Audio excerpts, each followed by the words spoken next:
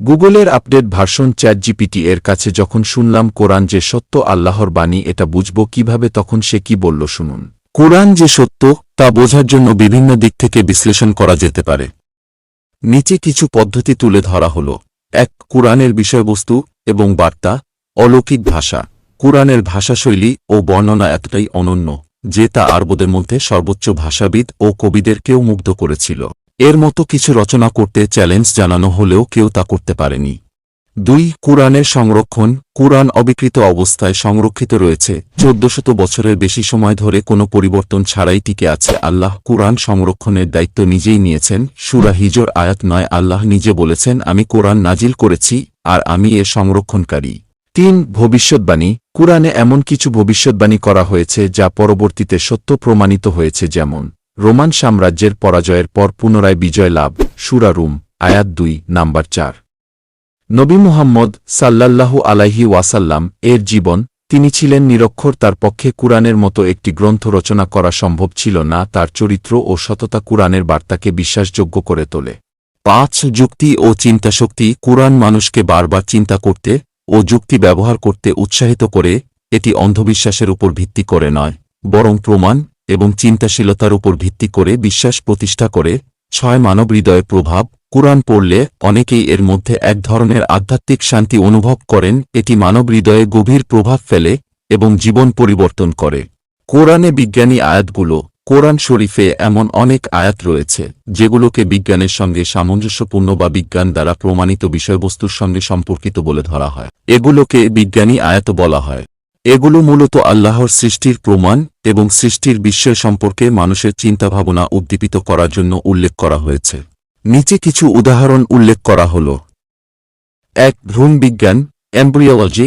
আল কোরআন, আমি মানুষকে সৃষ্টি করেছি নিষিক্ত তরল থেকে, যা রাখা হয় এক সুরক্ষিত স্থানে। সূরা আল মুমিনুন আয়াত ১২ থেকে ১৪।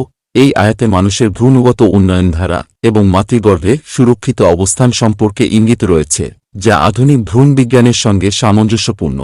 ২. বায়ুমণ্ডলের স্তর, অ্যাটমসফিয়ারিক লেয়ার্স। আল্লাহ আল কোরআনে বলেছেন, ৭টি আকাশ সৃষ্টি করেছেন স্তরে স্তরে। সূরা নূহ ১৫ থেকে ১৬। বর্তমান বিজ্ঞান আবিষ্কার করেছে যে বায়ুমণ্ডলে বিভিন্ন স্তর রয়েছে, যেমন ট্রোপোস্ফিয়ার, স্ট্রাটোস্ফিয়ার, মেসোস্ফিয়ার ইত্যাদি। ৩. বিশ্বজগতের সম্প্রসারণ, এক্সপ্যান্ডিং ইউনিভার্স। আল কোরআন, আর আমি আকাশমণ্ডলীকে তৈরি করেছি শক্তিশালীভাবে এবং আমিই তা সম্প্রসারণ করছি। সূরা আজ-জারিয়াত আয়াত ৪৭।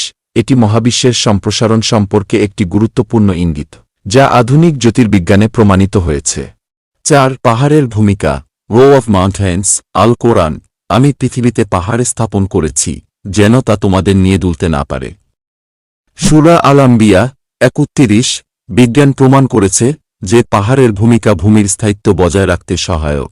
৫. জোয়ার ভাটা এবং চাঁদের প্রভাব, টাইডস অ্যান্ড মুনস ইনফ্লুয়েন্স। আল কোরআন, চাঁদের হিসাব নির্ধারিত এবং তার জন্য বিভিন্ন পর্যায় নির্ধারণ করেছি। সূরা ইয়াসিন আয়াত ৩৯। চাঁদের অভিকর্ষ শক্তি সমুদ্রের জোয়ার ভাটার ওপর প্রভাব ফেলে, যা এই আয়াতের সঙ্গে সামঞ্জস্যপূর্ণ। ৬. পানি সবকিছুর জীবনসত্তার উৎস, water is the source of life. Al Quran, আমি সব জীবন্ত বস্তুকে পানি থেকে সৃষ্টি করেছি। সূরা আল আম্বিয়া আয়াত ৩০। বিজ্ঞান বলে, পৃথিবীর সমস্ত জীবনের কোষ পানি দিয়ে তৈরি। বিজ্ঞানের ভাষায় সাইটোপ্লাজম। ৭. আকাশের সুরক্ষা স্তর, স্পেস অফ প্রোটেক্টিভ লেয়ার। আল কোরআনে আল্লাহ বলেছেন, আমি আকাশকে একটি সুরক্ষামূলক ছাদ বানিয়েছি। সূরা আল আম্বিয়া আয়াত ৩২।